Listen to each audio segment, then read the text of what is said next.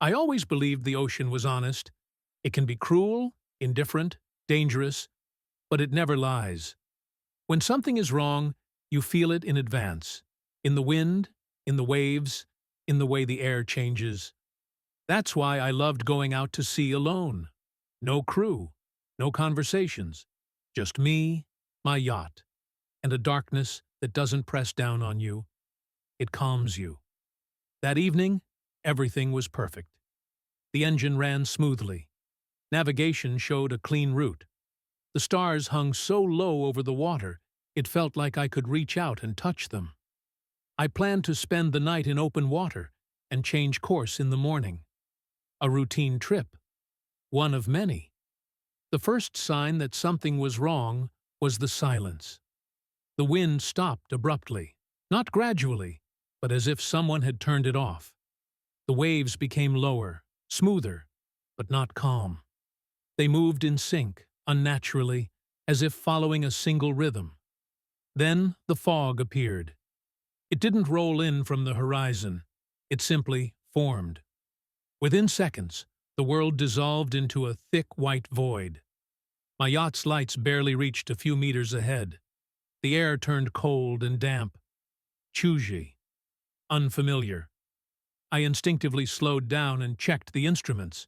No warnings, no errors. Communication worked. GPS showed I was still on course. And yet it felt like I had crossed a boundary I couldn't see. That's when the radar picked something up. One mark. Large. Motionless. In open ocean, that's rare. Even abandoned vessels drift, pushed by currents and wind. This one didn't move. It was as if it were nailed to the water. I checked the screen again. No mistake. "Hello? Is anyone there?" I said into the radio, more to calm myself than anything else. No response. Just static. And a strange sound, like a breath that cut off halfway. The fog began to part. Not completely, only straight ahead. And from it, slowly, unnaturally slowly, a ship emerged. It was far larger than my yacht. An old cargo vessel, maybe a merchant ship. The hull was dark, almost black, scarred with rust, but strangely intact, as if time touched it, but never claimed it. No lights, no signals, no movement. I tried to read the name, but the letters were scraped away, not by age, but deliberately, as if someone didn't want it remembered. What I felt wasn't fear, it was reluctance, a deep instinct screaming, "This is not your place." I should have turned back. I should have left. Instead, I steered closer. Docking felt wrong. The waves barely touched the ship's hull. They curved around it, like water around stone. When my gangway struck the side, the sound was dull, like hitting thick, old wood instead of metal. I stepped onto the deck. The silence here was different. It pressed against my ears, my chest, my thoughts. My breathing sounded too loud, too alive. The deck was clean. No signs of struggle, no disorder, just abandoned. As if everyone had stepped away for a moment and never returned. "Is anyone here?" I called out.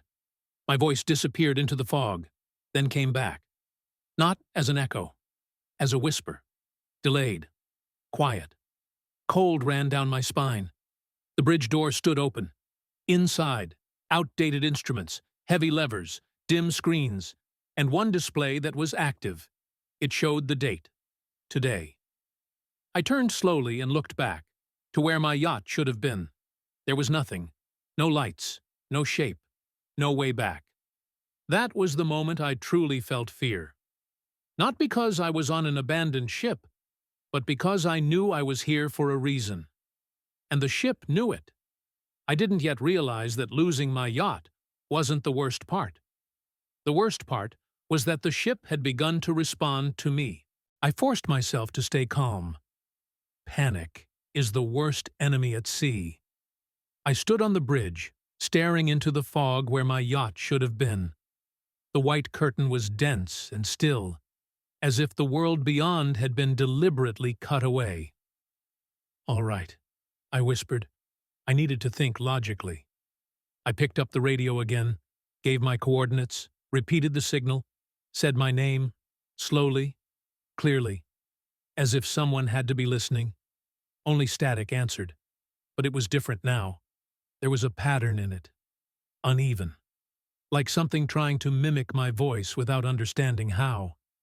I turned the radio off. That's when I heard it. Footsteps. They came from below, from deep inside the ship. Slow. Careful. Metal answered softly under weight, as if someone was trying not to be heard. I held my breath, telling myself it was just the hull shifting. But the rhythm was too precise. The steps stopped, directly beneath me. "Is someone there?" I asked. My own voice sounded unfamiliar. No reply. Instead, the ship reacted. A subtle vibration passed through the floor, as if it acknowledged the sound.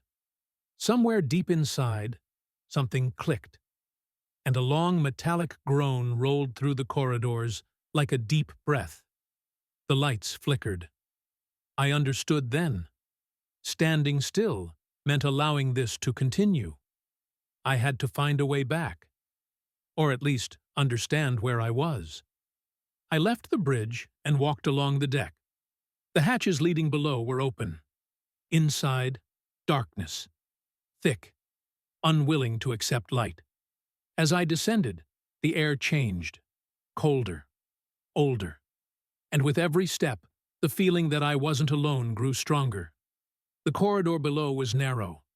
The walls were marked with dark smears, like handprints dragged along the metal, as if someone had walked here in total darkness, using the walls to stay upright.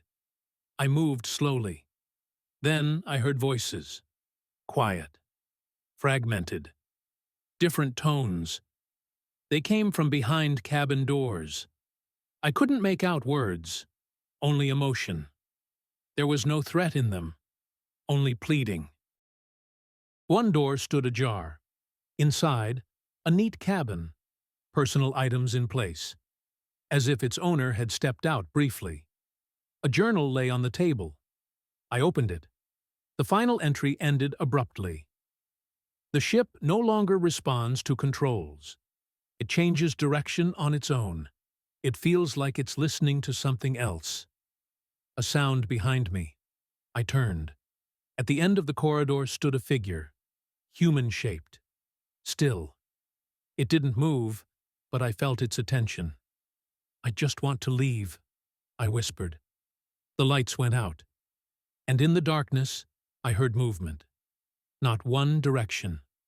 From all sides. That's when I understood. Those voices weren't in charge. The real decision was made by the ship itself. The darkness didn't last long. The lights snapped back on, suddenly, sharply, as if someone flipped a switch I couldn't see. The corridor was empty. The figure was gone. The voices were silent. But the silence was worse. It wasn't accidental. It was waiting. As I walked, every step sounded too loud, as if the ship amplified my presence. A subtle vibration followed me, constant now, like a pulse. The ship knew where I was. In the engine room, the air was warm. The engines were still. Yet something sustained this place. Not machinery. On the wall hung a compass. Its needle spun endlessly. I stepped closer. It stopped, pointed at me. "Okay," I whispered. "I understand." I tried to find my way back. The stairs no longer led where they had before. Corridors shifted. Doors I remembered closed were open. Others had vanished entirely, leaving smooth metal behind. The ship was rearranging itself. The realization hit me hard. I wasn't exploring the ship. It was studying me. In another cabin, I found a photograph. Old, yellowed. The crew stood on this same deck. And among them, me. Not my clothes, not my time, but my face. The air thickened. The light dimmed. A voice spoke. Not aloud, but inside my head. "You came alone." "I'm leaving," I said. "I won't stay." The ship responded with a deep movement, not through space, but inward. They wanted to leave too. Figures appeared around me, slowly, the people from the photograph. They watched me, not with anger, but exhaustion. They weren't guards, they were examples. The ship didn't force them, it convinced them. Now it was my turn, and I felt the answer was buried in its past, one it was ready to show me. I don't remember returning to the bridge. The ship guided me there. No confusion now. Everything opened when needed. The console lights activated one by one. Coordinates appeared on the screen. This is where it began. Images formed in the fog outside. Memories. A normal day at sea. Crew working. No fear. Then tension. Arguments. A compass refusing to obey. A captain staring at the water too long. It offered them a path. The ship became what it is the moment they agreed. The logs told the rest. He knows where we're going. He leads us where there is no shore. We can leave, but then we stay. The final line, we no longer ask where it goes. We listen. The ship didn't take them.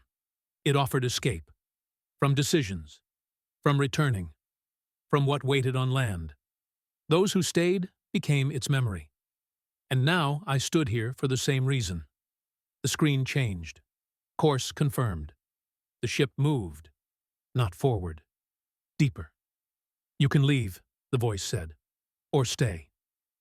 I'm not like them, I replied, though I wasn't sure anymore.